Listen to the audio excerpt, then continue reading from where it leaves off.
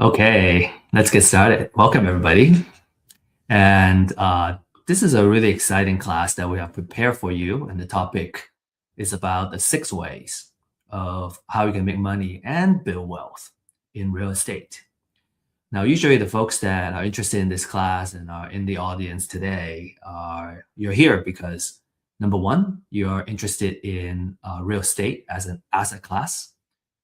In fact, it's a great asset class, right? It's something that you can feel and touch. That's all what we always say in terms of real estate. It's not like a virtual type of asset, and it has great potential for appreciation, depending on your strategy, of course. And we're going to talk about the different strategies where how you can make it appreciate and make it a great asset to own. Now, real estate investment is also a great vehicle to grow and secure your financial future too. And that's what we're talking about in terms of wealth building. And so, congratulations for being here and really taking control of your financial future and your financial security. Now, let's get started. Now, we're all here because we know that real estate investments can be a very lucrative business, right? If we know how to do it, that's the most important thing. You can lose money too. So how can we kind of avoid all the pitfalls and make sure that it will stay lucrative for us? Right? You probably personally know somebody who has invested in real estate and made big profits or have built a substantial wealth over time. In fact, we're working with someone right now that has built a close to 100 property portfolio, and she's sitting on a lot of equity right now. So how do we get into this game, right? We're gonna spend the next hour learning about the different ways we can play this game and how we can really excel in it. Now, to just kind of show you, what success may look like, here are a couple of success stories. And obviously, every deal is different, every case is different, and some of these are kind of outsized profits as well. So it's certainly not representative of what an average deal may look like. But these are some of the deals our clients have sent us, and they're kind of impressive. So we want to show it here. All right. So this is a deal where the investor made $46,500. Okay, and then we got a couple more too. Like these are even bigger. Every deal is a little bit bigger. This one is quite a bit bigger. $85,610 profit. Okay, and then here's another one, right? $88,862 profit. So if you do it right, if you know what you're doing, you can make quite a bit of profits. So naturally, the question is, how can I work deals like this? How can I find these deals? How can I work the deals? And how can I structure the deal so I can make this amount of profit? And how can I make money? So we're gonna answer those questions in this webinar, especially kind of the first half of our class today. We're gonna talk about how you can make money, right? The money-making techniques. And then we're going to dive into a little more advanced, which is the wealth building portion of it. All right. So I hope you're excited and you're kind of ready to go, and you're taking notes, right? So our promise to you is that at the end of this class, you're going to understand the top 3 money-making techniques and also the wealth building techniques using real estate investments as a vehicle. And typically, this class is for new investors looking to get started. And I would say the wealth building part can be a little bit advanced, because it has to do with tax laws as well. And so if you have been investing for a while and you kind of see the wealth building piece, it could be new for you also. So make sure you take good notes and write down any questions you have. And you can either ask it on the chat here, or you can join us at our weekly office hours and ask those questions live. Now, I have found that, we talk about there's a term called digital deluge, which means we're just inundated by notifications and so many things kind of flooding our either physical inbox or digital inbox, and it can be very distracting. I have tried multitasking, and that is just not something that's very effective for me personally. And I have found that I learn much better if I turn off my distractions and I'm really focused on just kind of one thing, being present and do one thing. And I feel I feel like I gain more from my time as well. So, it's about how can we effectively use our time and get the most out of it instead of trying to do too many things and, we never do one thing well, right? It's about doing one thing really, really well. So, with that said, our suggestion would be to really kind of focus, right, and take good notes on an important class like this, and use the chat too. You can use the chat to connect with your fellow audience, fellow classmates, and you can also save the chat so you can save everyone's contact information. So I highly recommend that you use the chat as a way to network, right, and as a way to uh, gain the most out of this session, right, the next hour, and really make an effort to connect for coffee, for example, after the class, and make quality connections. Quick disclaimer, this class is for educational purposes only, right? Some of the examples we have is maybe real case, right? As what I just shared with you earlier. Some are simplified examples, so it's easier to kind of follow the math and really understand how the deals work. And so keep in mind of that. Always do your due diligence, right? Whenever it comes time to analyze and make an investment decision. And we don't offer investment, financial, or legal advice. This is just for educational purposes only. Always do your due diligence. So, quick story, background about myself. I have, as I grow our company, Real Estate IQ, which focuses on helping investors find deals and also find success in real estate and using real estate as a vehicle to build wealth.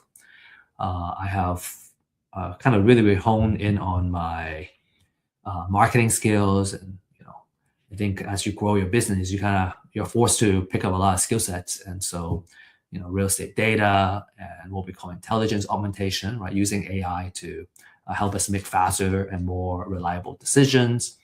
And that's my background. And before that, my background was in science and engineering, so very technical background. But I was always interested in real estate and the very kind of passive earning power of real estate. And what I learned over time is that there's actually ways you can make income very quickly as well in real estate. So kind of both kind of active, right, active income and passive income, and the wealth building factors of it really piqued my interest in real estate investments, and that's why I'm here today. Kind of spreading the language, spreading the belief, I guess. And I had this struggle, and I still see kind of a lack of information and good data, good knowledge out there. And I think it has improved, and that's what Real Estate IQ is all about. And I think you're just fortunate to be here today because you can get the knowledge, get the data and tech, and also our hope is that you can leverage this opportunity and leverage our community to network with mentors and fellow entrepreneurs, and really kind of use all the resources to grow your business. Because of all this struggle, as we were kind of learning about real estate investments and kind of doing the deals, we have built Real Estate IQ to address these issues, these problems, right? Webinars and classes, because education is the ultimate equalizer, right? It really kind of helps us rise up to the level that we want to play in. And we offer deal finding, right? Distressed owner, distressed seller, distressed property information. That's what we call a deal. You have to, it's a certain type of distress and situation that allows you to acquire the deal at a good price or good terms, so that you can monetize on the deals, right? So we offer you that data. And then also, finally, we offer a deal makers community. It's a support system that helps you find help and get questions answered, and which I find is extremely important. You kind of, when you're just starting, you kind of need someone who is experienced and have gone through the struggle and have dealt with those problems, and just have somebody who can kind of help you make the deals happen. I find that very, very important. That was the first thing I did, is to find somebody who can mentor me and help me uh, uh, do the deals, different types of deals and situations. So it just saves so much time and struggle and headache when you have a trusted a mentor, a trusted coach that can help you out.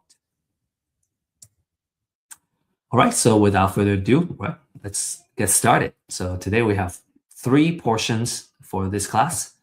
The first portion is going over money-making techniques, right? This is about kind of making quick, short-term money now, and how you can make a living using real estate.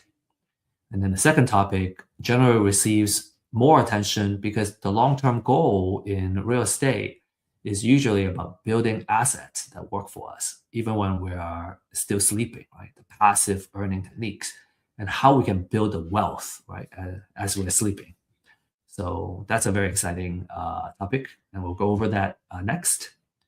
And then finally, we talked about a couple of bonus materials. If you have read about the introduction of this class, we got a couple of tools that we want to share with you, and that's our bonus material that we're going to share. Make sure you stay until the very end, and I'll share with you the link and the code, the QR code of how you can find and download these materials. Okay, so let's get started, right? So let's talk about the top 3 money-making techniques. And I would say the most popular one and the most lucrative one is fix and flip. So essentially, you're buying what we call an ugly house, right? It's an ugly house or outdated house, and you usually want to buy it at a discount. Okay, you improve it, and then you sell it for more than you pay for it, and you keep the difference as a profit. How the money is made is usually you need to, number one, is to buy it below market value. And usually it's because of the condition of the house, right? Maybe, like I said, it's ugly, or because of distress. An example of distress would be a home needing a lot of work, or a house going into foreclosure in the next 30 days. And so the owner either lose everything and potentially owe more money after losing the house, or they can sell it to you. So that's a very strong sign of distress. And then you add value through renovation. And you got to control the cost. You got to know, what you need to do to fix up the house to improve the property, and then you capture the what we call a spread, right? The sale price minus everything you put in the house, the purchase, the rehab, the financing cost, the closing cost, holding cost, everything, and then you get your net profit. And I'll have an example for you to kind of really visualize what the numbers may look like. The key benefit for fix and flip is that there is a potential for relatively big profit in a relatively short time. Usually maybe a quick project could be 3 months, maybe it can go as long as 10 months, up to a year. but usually it's months and not years. And you can build capital by what we call forced appreciation. We're improving and forcing it to appreciate. And you have a active and hands-on way of kind of controlling this project. And we usually say that fix and flip is more of a construction project. After you get the house, you gotta manage that construction project really well, control your cost and your schedule and the quality of the renovation, and improve it in such a way that you can sell at a profit. So risks, right? Everything has risk. You're gonna do, even sitting around, there's a risk to it as well. So the risk of fix and flip is that the price or buyer demand may go down during the time of your project. So just when you thought it's gonna sell high, if the price actually went down, then you may suffer a loss, right? It's possible.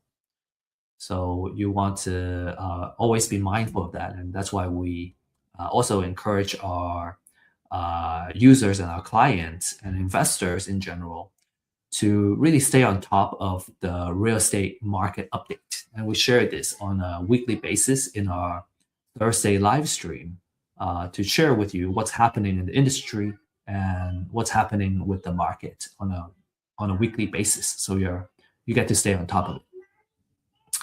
All right. We call it about market risk, right? If the price tanks while you're in the middle of the project, you could be either wipes out whatever profit that you thought you would have, or you may suffer a loss. Okay, so let's be very real about that.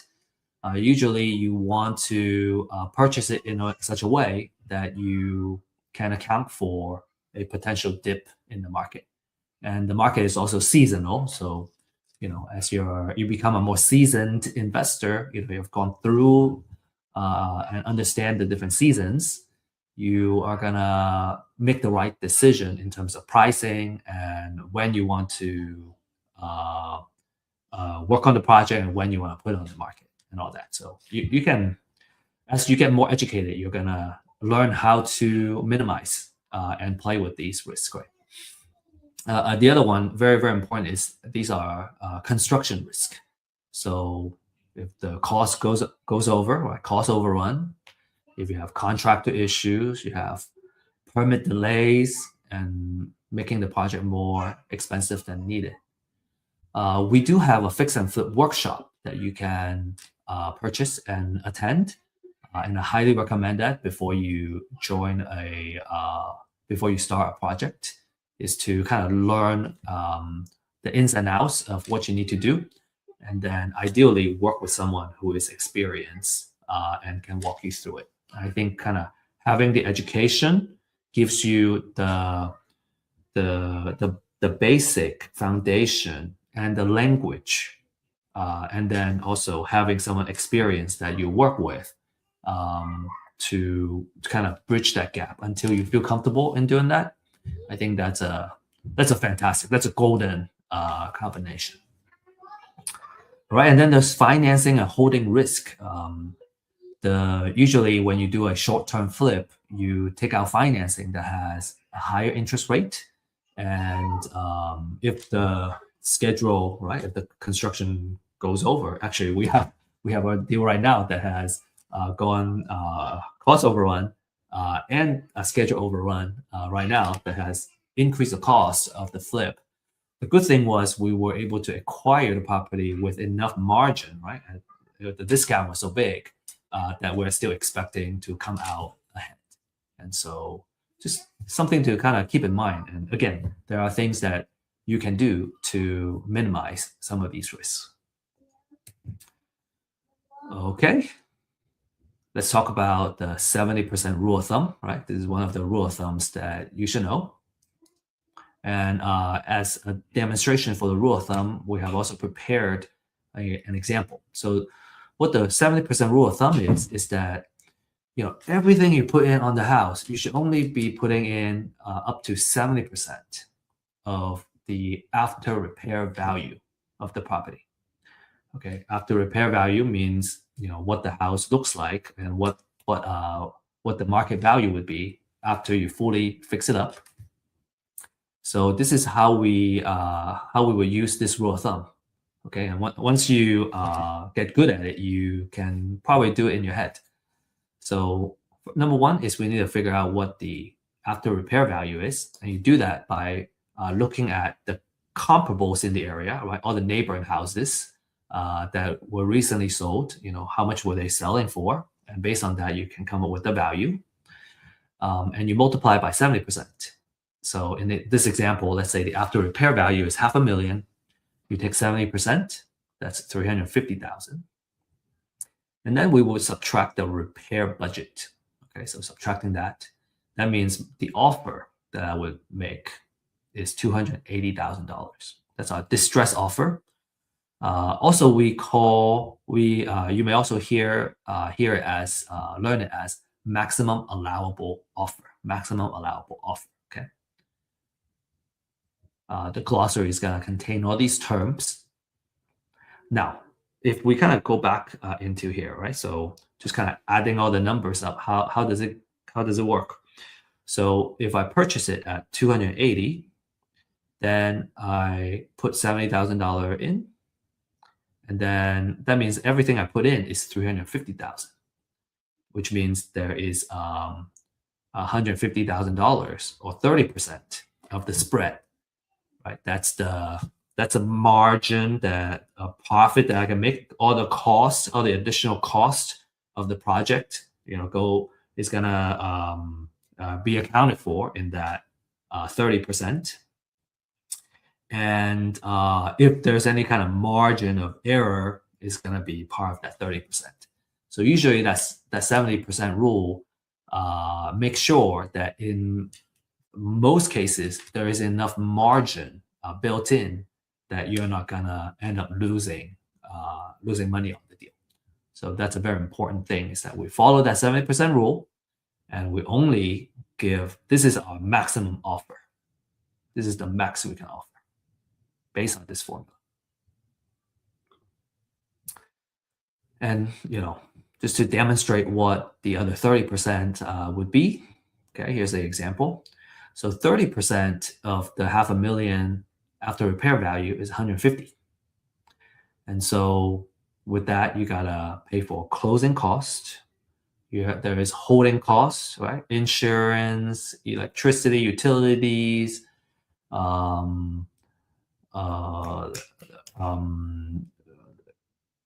I think that's probably the majority of it. Let me see.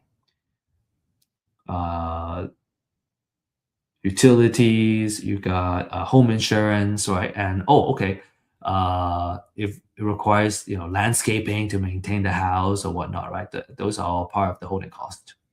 And then you have the financial cost. Okay, financial cost means if I take out a hard money or private money loan, these are usually short-term, high-interest loans. If we leverage that, usually leveraging is gonna make it so that we can potentially make better cash-on-cash profit.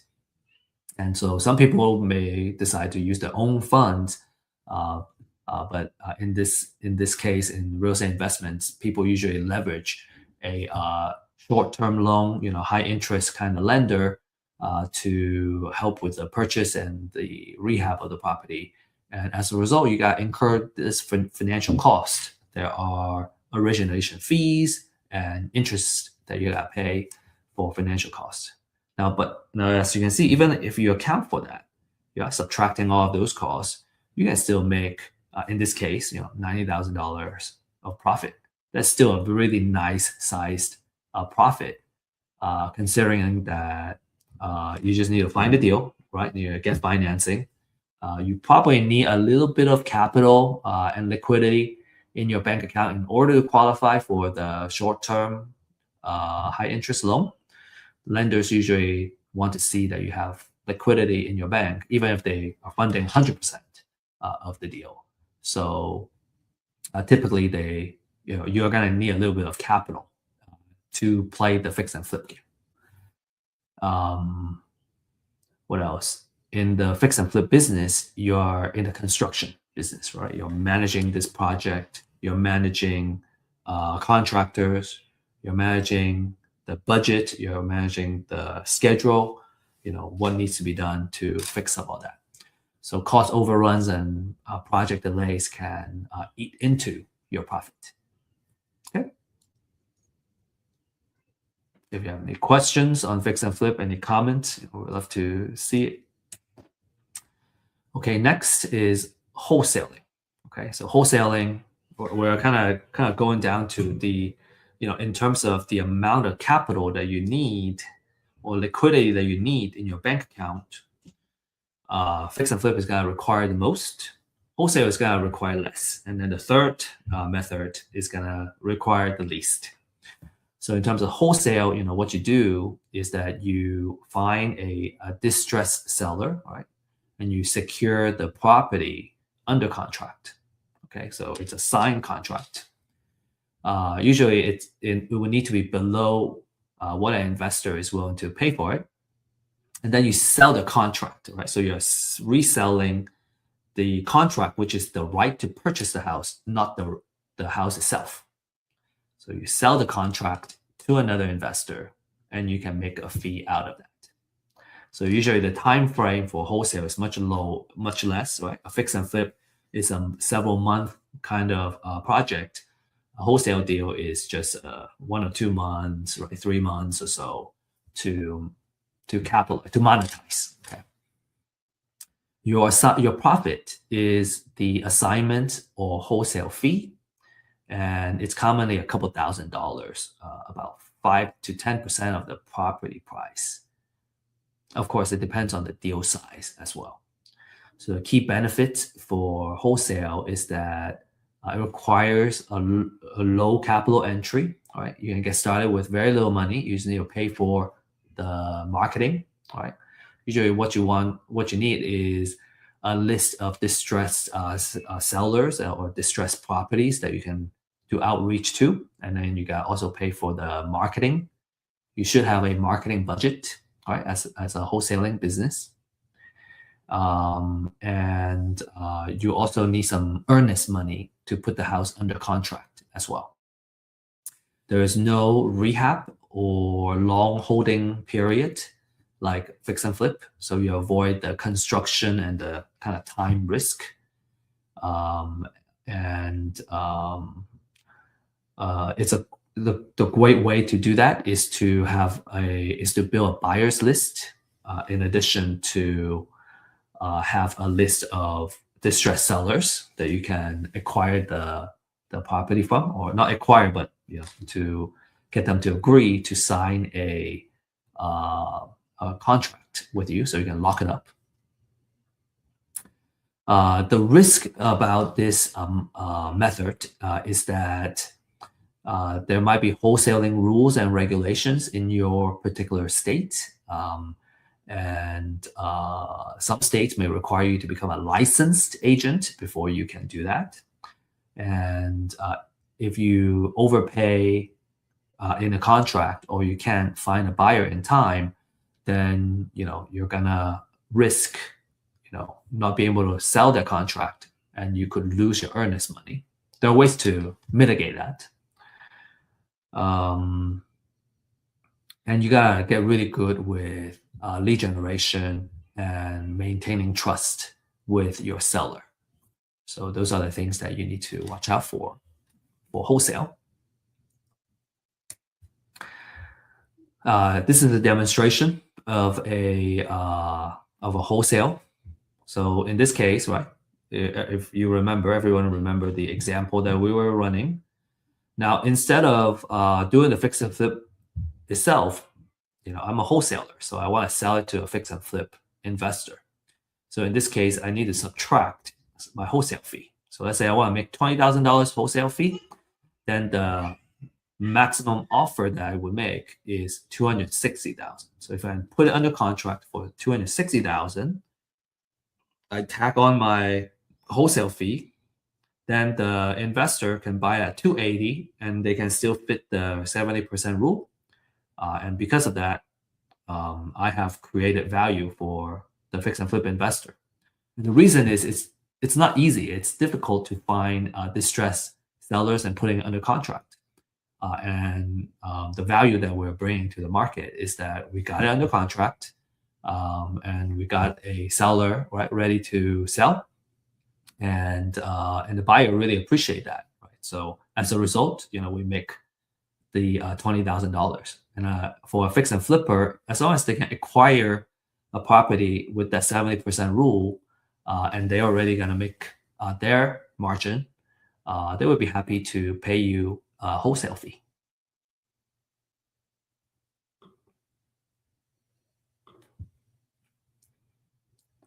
Cool. The third technique is called bird dogging. And as a bird dog, your job is a lot easier. Okay, you just need to look for motivated sellers or distressed or undervalued property. So you could be kind of driving around and you can see a house that's abandoned. And what you would do is you want to figure out who the seller is and get a hold of the seller.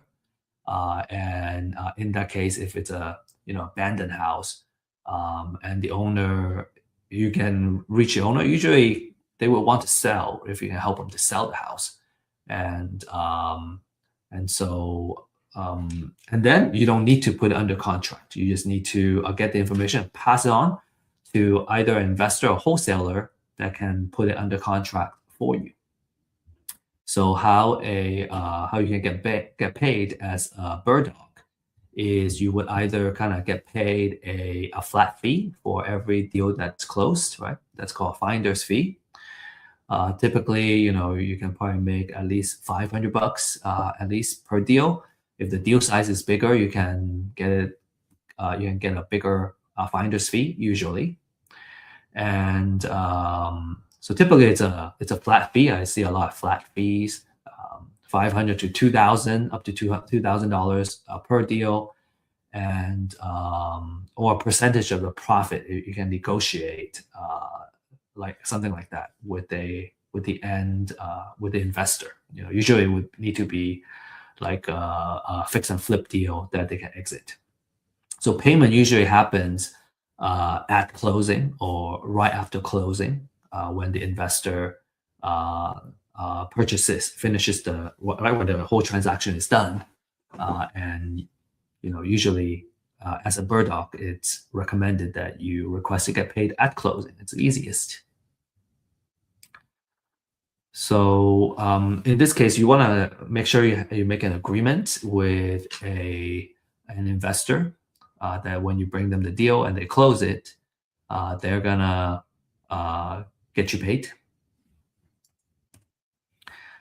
So the difference between bird dogging and wholesaling, right? So what's the difference? For bird dogs, they don't get the property under contract. The wholesaler would get it under contract. And a bird dog would simply find the lead and refer the lead to someone who closes it. So it makes it a lot easier, right? So your job is just to find it, right? And refer the lead over to the investor that you work closely with. It has the lowest risk. It has the lowest amount of responsibility. And as a result, there are smaller fees. You don't make as big of a fee as you would as a wholesaler. Now that said, it makes the job a lot easier. You just gotta, consistently going out there and getting the leads, right? And kind of working with an investor that knows how to convert these deals, and you're gonna get paid. You don't have to spend a lot of your time following up on the leads or whatnot, right? You're just, finding the lead, making the referral, and then you keep moving. You keep moving on. I think it's really good for someone who's just getting started, or you're kind of doing it more like a side gig. And my recommendation is just do it consistently, right? Just don't you want to keep doing it. Find a couple of hours a day or a couple of hours every week, right? Several days a week to just kind of consistently doing it. And then when you have it's always a volume game, right? A numbers game. So if you have enough leads, a percentage of those leads will convert, and that's how you get paid. So wholesalers, you A wholesaler would sign the contract, right, with the seller, and they can control the deal because they own the contract. And there's more risk, there's more work, but a larger payday for a wholesaler. Cool. So as a mini recap for this first segment, fix and flip, you're gonna have a biggest payday out of these top three techniques. You are in the construction business. You are taking more risk, right? You got to hold the property for longer. There's more expenses.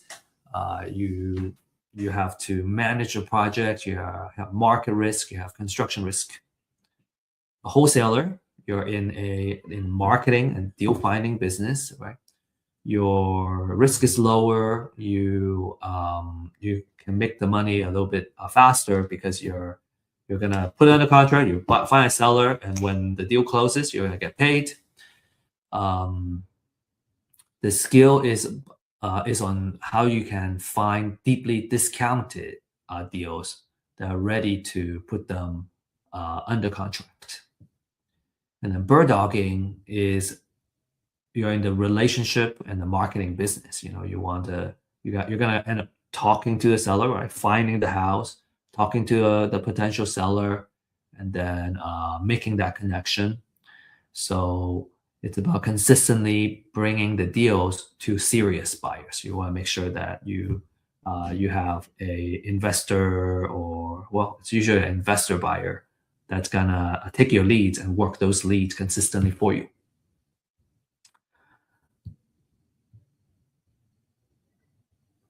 Okay, so that's our kind of money-making techniques, right? Short-term, relatively money, and then you either get a big chunk of payday after a project, the length of a project, or a little bit shorter time frame. You don't make as much, you still make some money, and then for bird dog, you make kind of a side hustle kind of money, and you can kind of learn the game. Some people are just satisfied,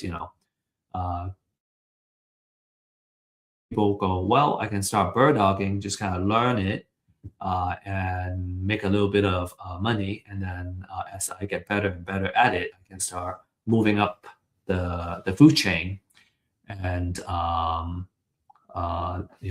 start flipping and doing bigger projects. Cool. Now, usually when we see this, right, we see kind of, like I said, a progression of the roles. First you do bird dog because you have kind of like the lowest amount of risk. You don't need a lot of money to get started, and then you kind of move up to wholesaling. You can make a little more money, and then as you accumulate more of that capital, you can start doing fix and flip projects. And then this is kind of lead into our next segment, is when you're starting to do fix and flip, you can start getting a big chunk of capital. So what are you gonna do? You're gonna just spend it? Well, no, usually you invest it, right? You either invest it in other asset classes, or you can invest it in real estate as an asset class in the form of a rental property. And that's kind of what we're gonna talk about as one of our wealth building techniques. Cool. We're gonna talk about the 3 wealth building techniques. Okay, so the first step is buy and hold.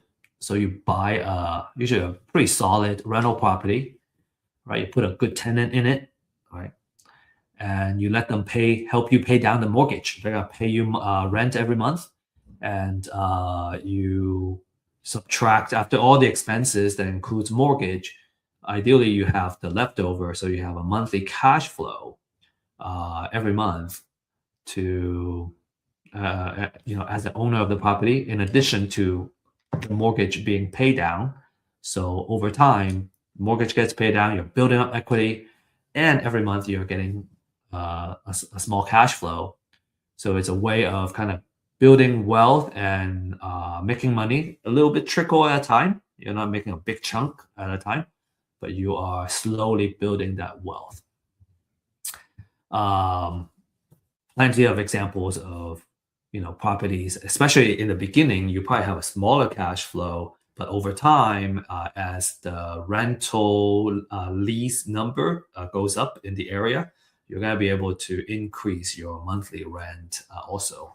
I think on average, our rental properties, we're aiming for you know 300 to 500 per door to start. Usually, if it's break even, we're pretty good. But usually, kind of if you have a little bit of cash flow, then you have some margin for maintenance costs and anything like that, and you kind of build up that your piggy bank with that monthly cash flow. So it's always very nice to have. Okay, so you want to look for good, solid rental properties. So for buy and hold, this is another rule of thumb. Okay, it's called a 1% rule of thumb. And what that means is that your monthly rent should be 1% of how much you put into the house.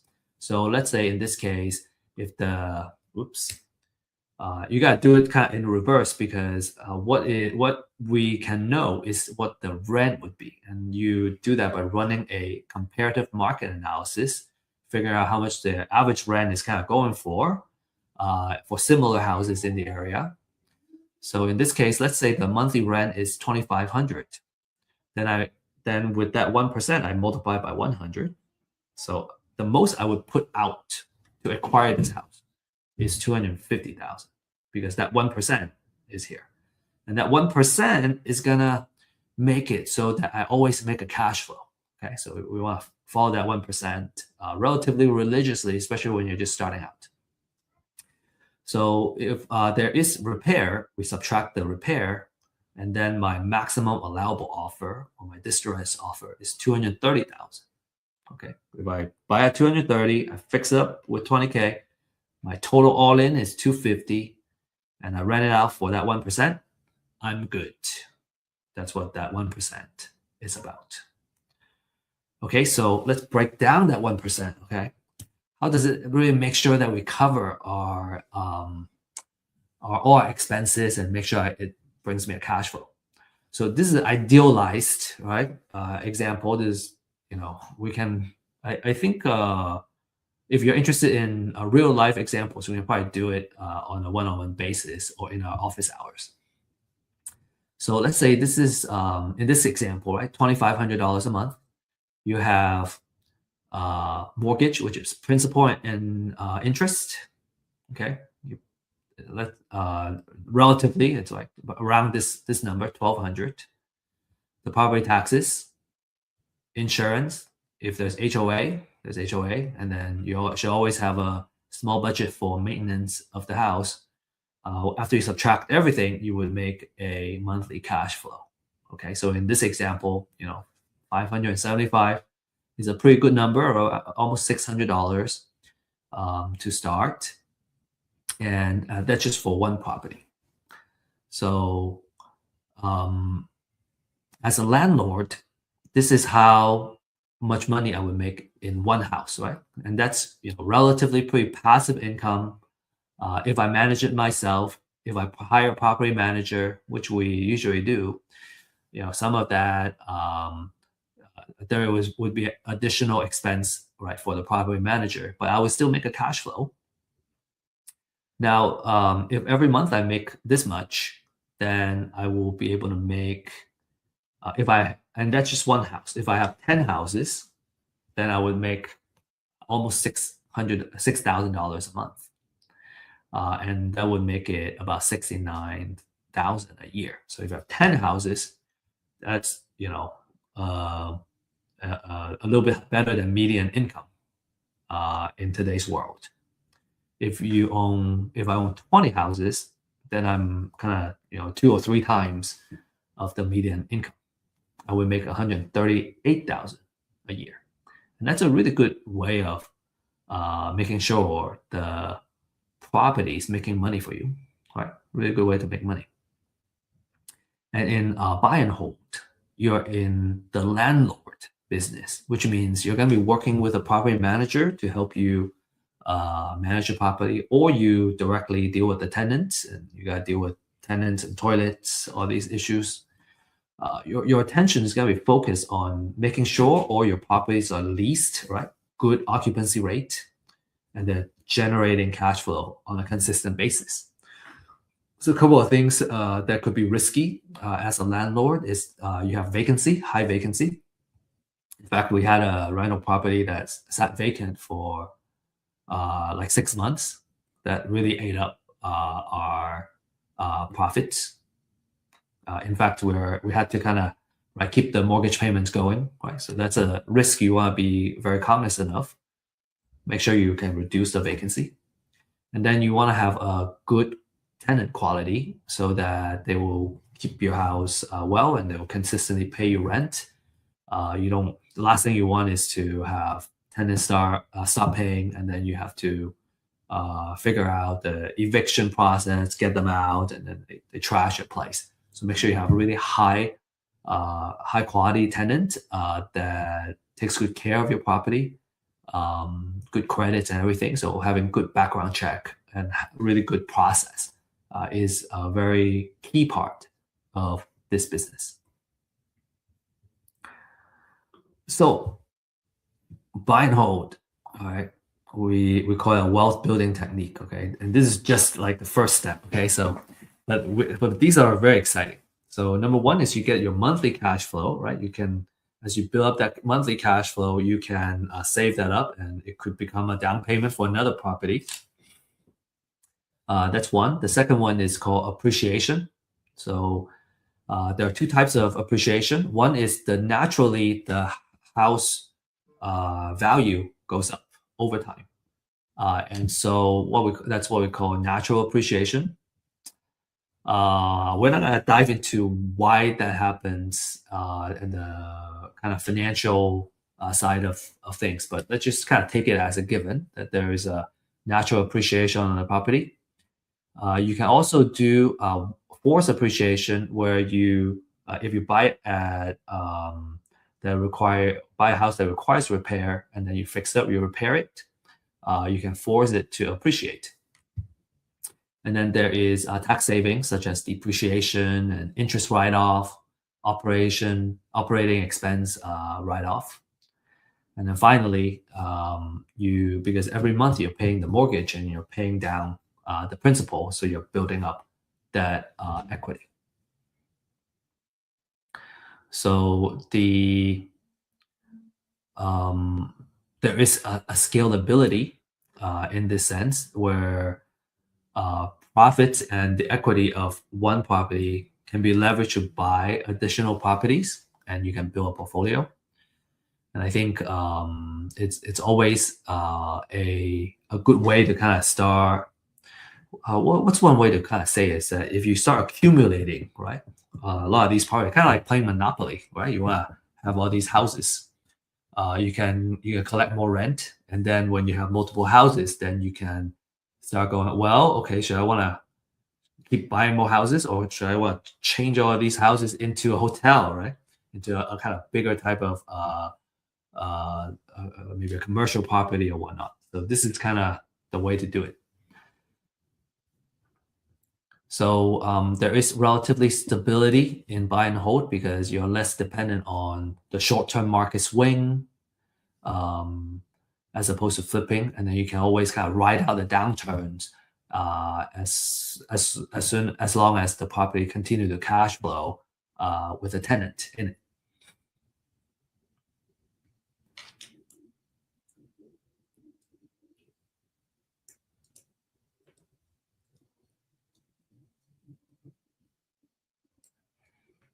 So, in terms of risk, I talk about bad tenants, poor screening.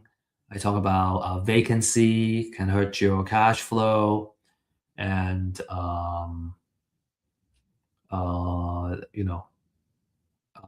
if there's a oversupply of housing in the area, then you're gonna potentially sit on that vacancy. So you want to pay attention to those kind of risk and make sure that you really understand the local market before you kind of get into that. Okay, next is the Burr method. The Burr method is a way for you to scale your buy and hold strategy. So if you like, the rent that you're getting in one house, you want to do more of it. This is how you do it. You can kind of accumulate and build a portfolio of properties this way.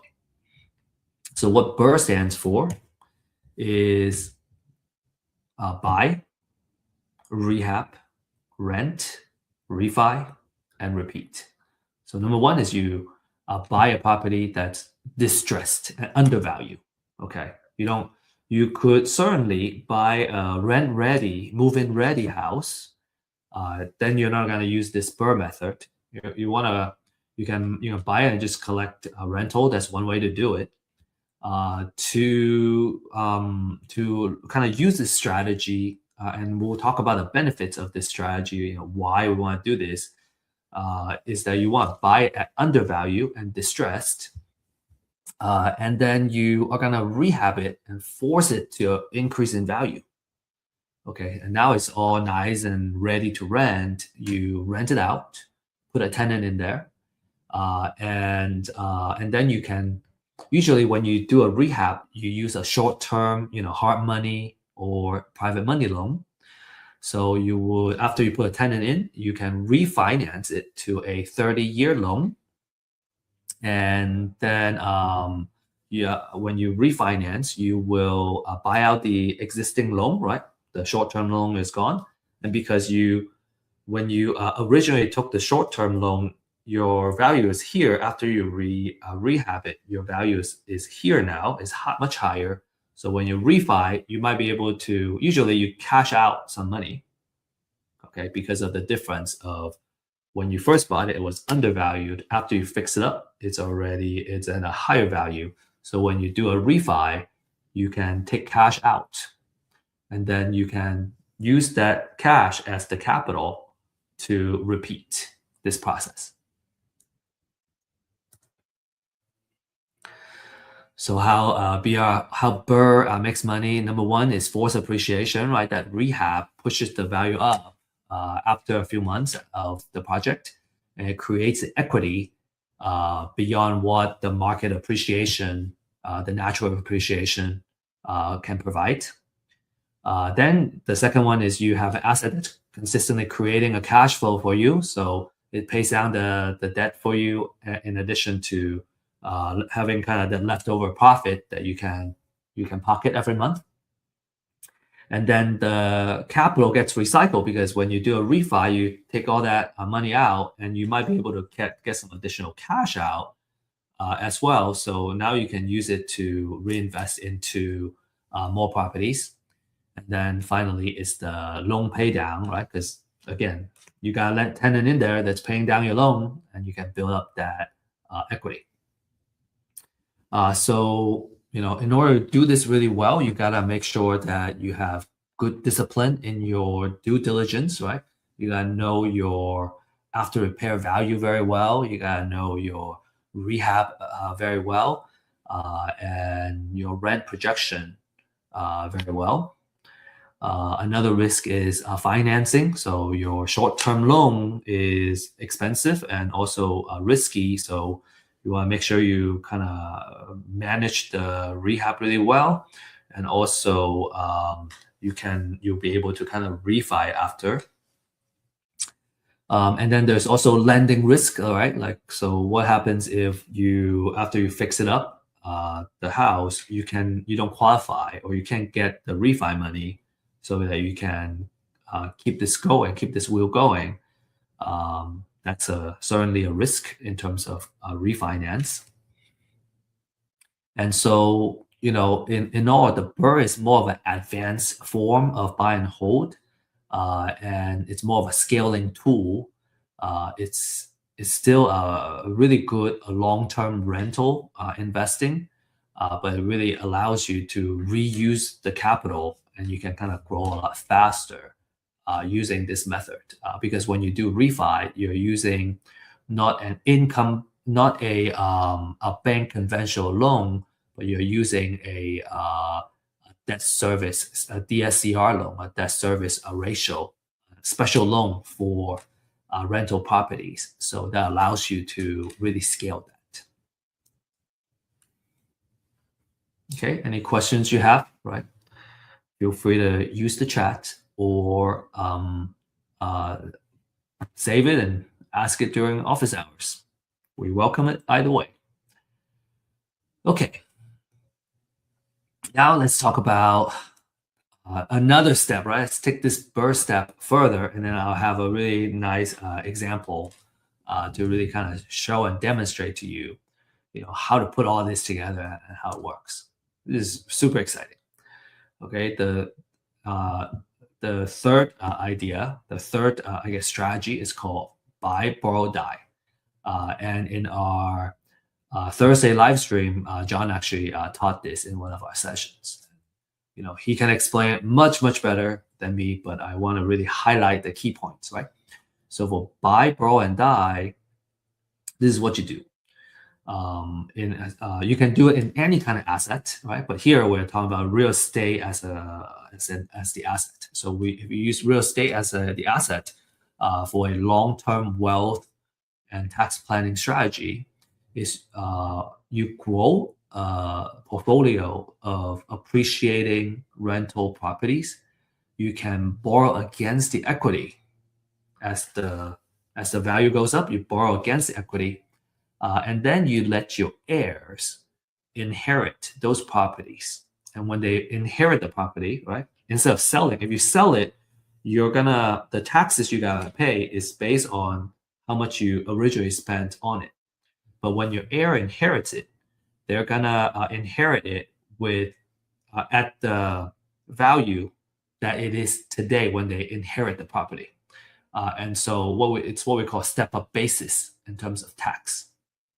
So it's a really awesome way to minimize capital gains tax, and when you use it's a combination. It's a strategy that uses appreciation in real estate, cash flow, and the lending flexibility to provide money that you can spend during your life, and also deferring or avoiding the tax bill that comes from selling. Because when you sell, you incur capital gains tax.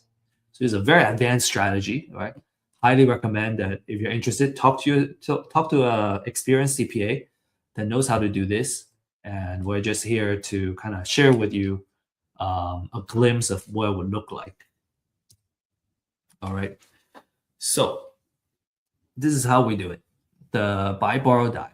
So number one is you buy, right? You accumulate all this real estate. So let's say you have on a small scale, you have one or two properties, but on a bigger scale, you would have a portfolio of say 20 properties, 60 properties, 100 properties, right? And now you have a really good base for that equity growth over time. And anytime there's a economic cycle, the real estate value goes up, and so you have that pure equity.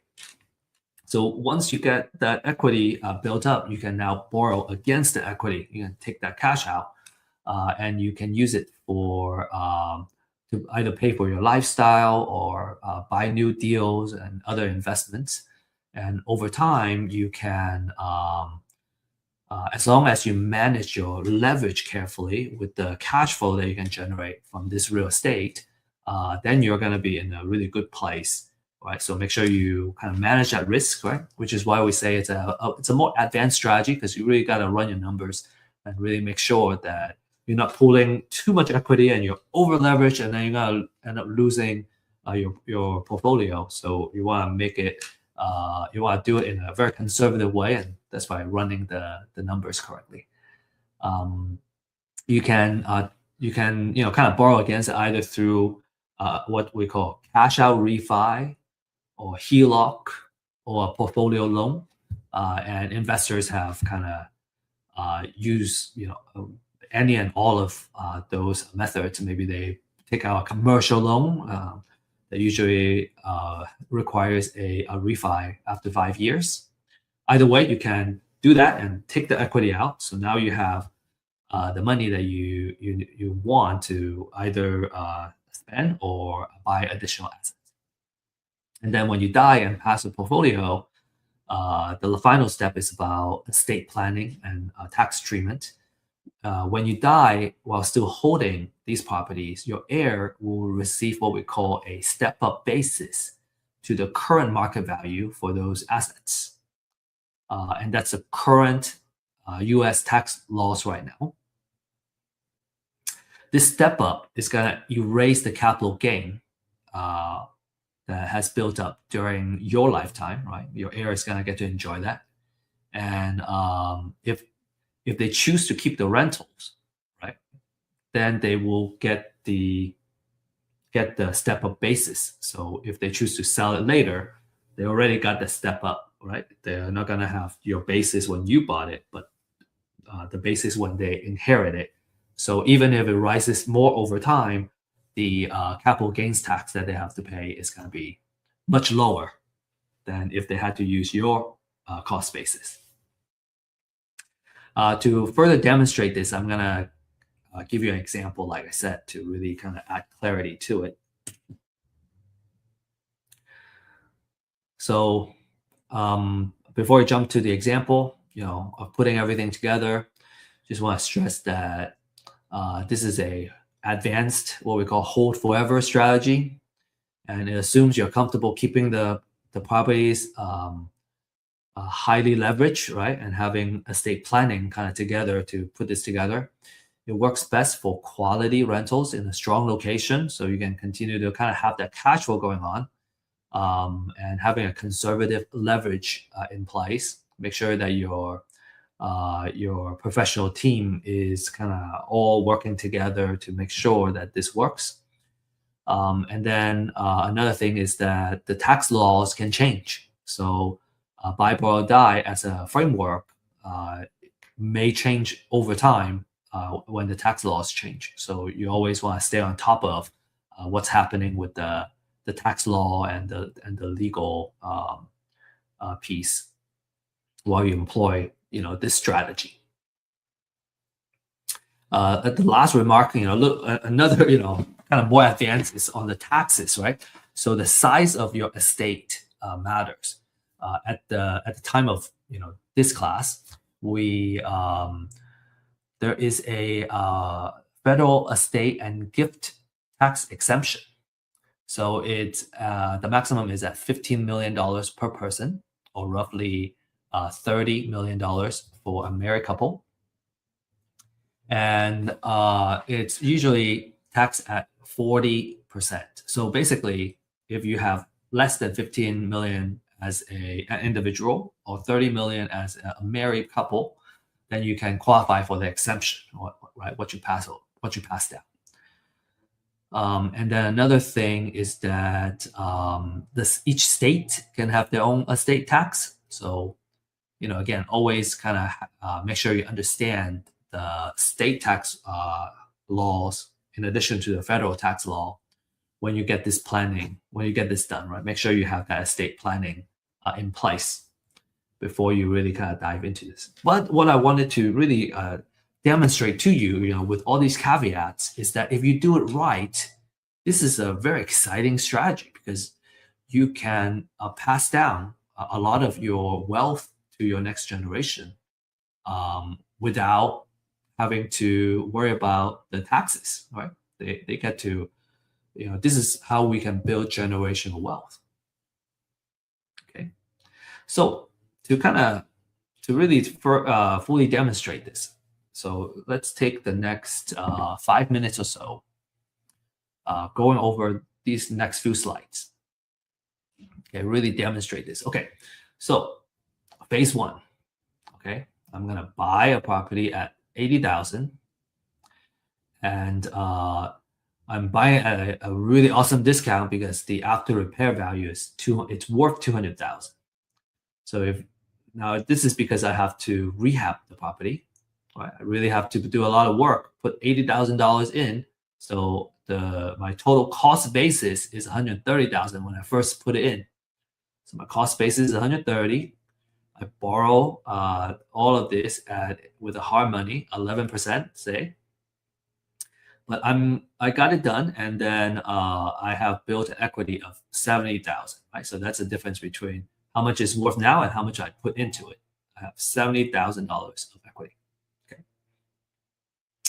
So that's the rehab kind of phase, right? Purchase and rehab. Now I rent it out. I'm gonna rent it out, and because the house is worth 200,000, I can take a 80% loan basically from the bank. So 80% of that is 160. And let's just say these are the terms: 30 years term, 70% interest rate, because the bank requires 20% equity, right? I'm gonna leave 40K equity in there, and I can take out $160,000 of the loan. So with that 160,000, I pay back my original loan, right? Because remember, this 130 was hard money. I pay that back, and now I pay all that back, and the difference is 30,000. So I have $30,000 that I kind of made, right? And it's tax free because it's a debt that I took out. And then I also benefit from having a reduced payment. Right? My interest rate is lower. Okay, so it's 12%. The interest rate is actually 12%. All right, and then in addition to that, my house has an equity of 40,000. Okay, so I have 40,000 equity. I have $160,000 of the loan, and taking that loan out, it pays back the hard money original loan that I took out, and I took out 30,000, to spend or invest in another deal, and then every month I have reduced payment. Okay, so that's the next phase.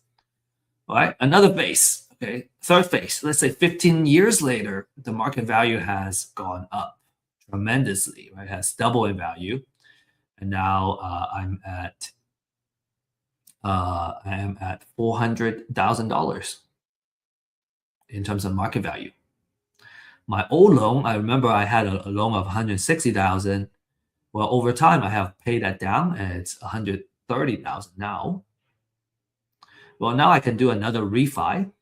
Okay, I can do a refi. Remember, the bank wants to keep 20% equity. So out of the 400,000, I take our loan for 320,000, and I keep $80,000 equity in the house.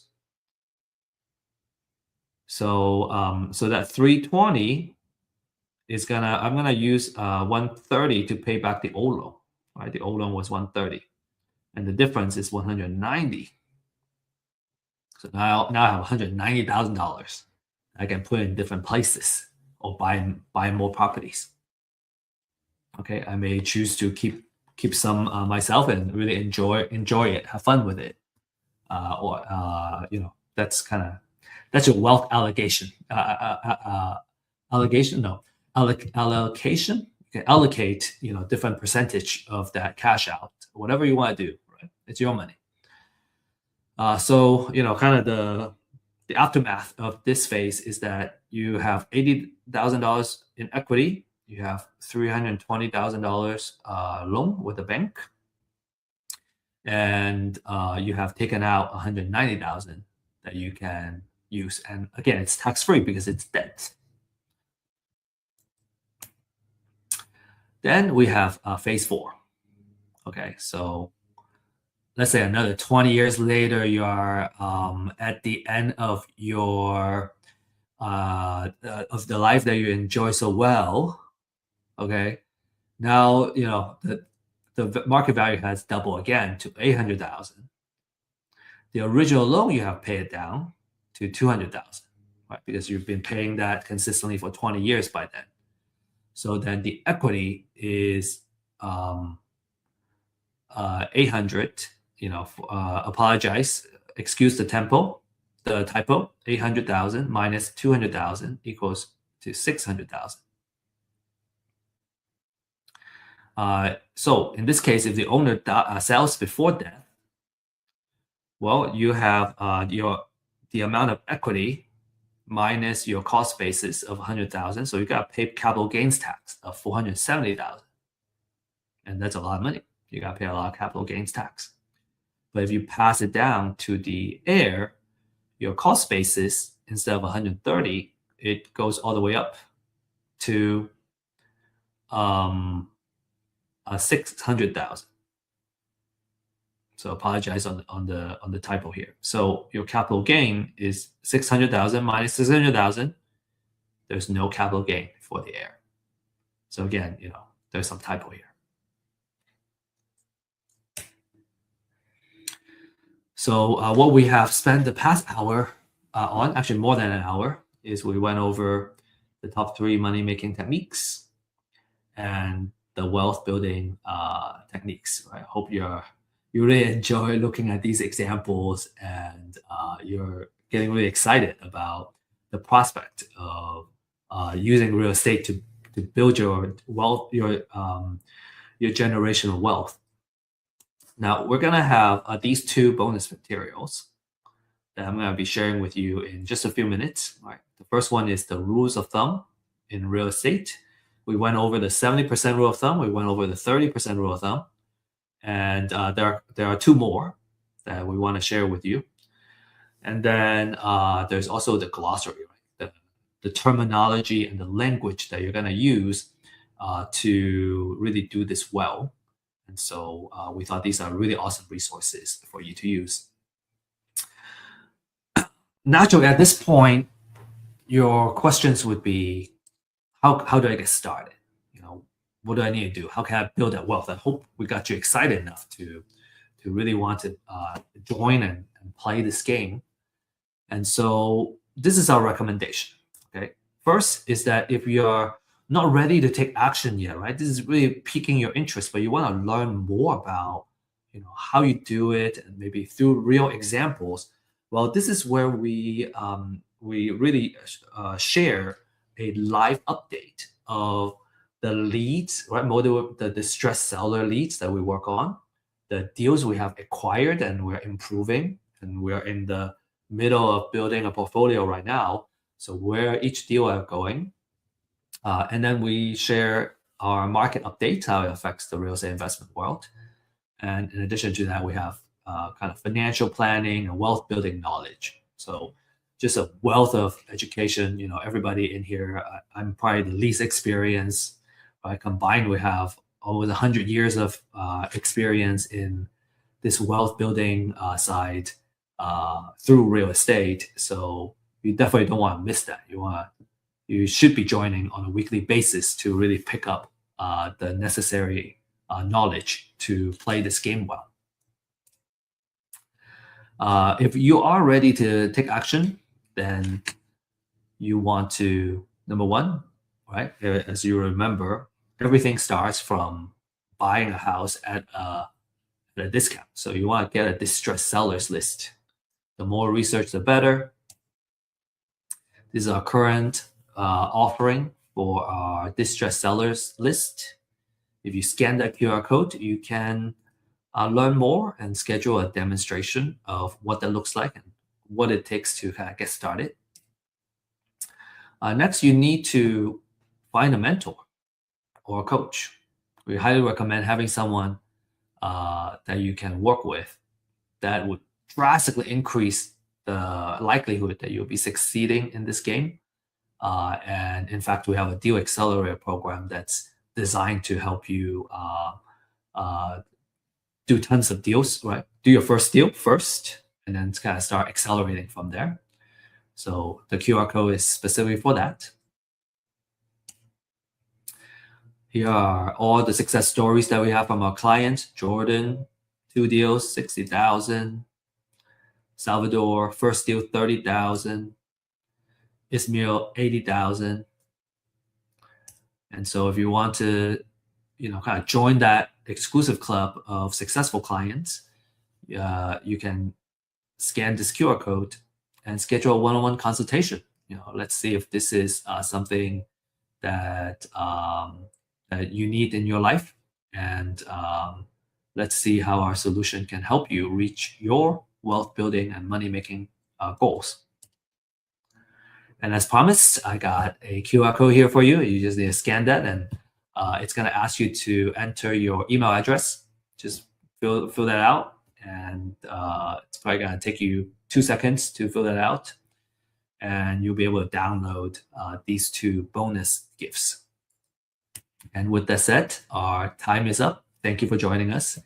We want to wish you best of luck and happy investing. I look forward to seeing you in either our live stream or our office hours and get to know you and really help you reach your goals. So appreciate your time and look forward to meeting you in person soon.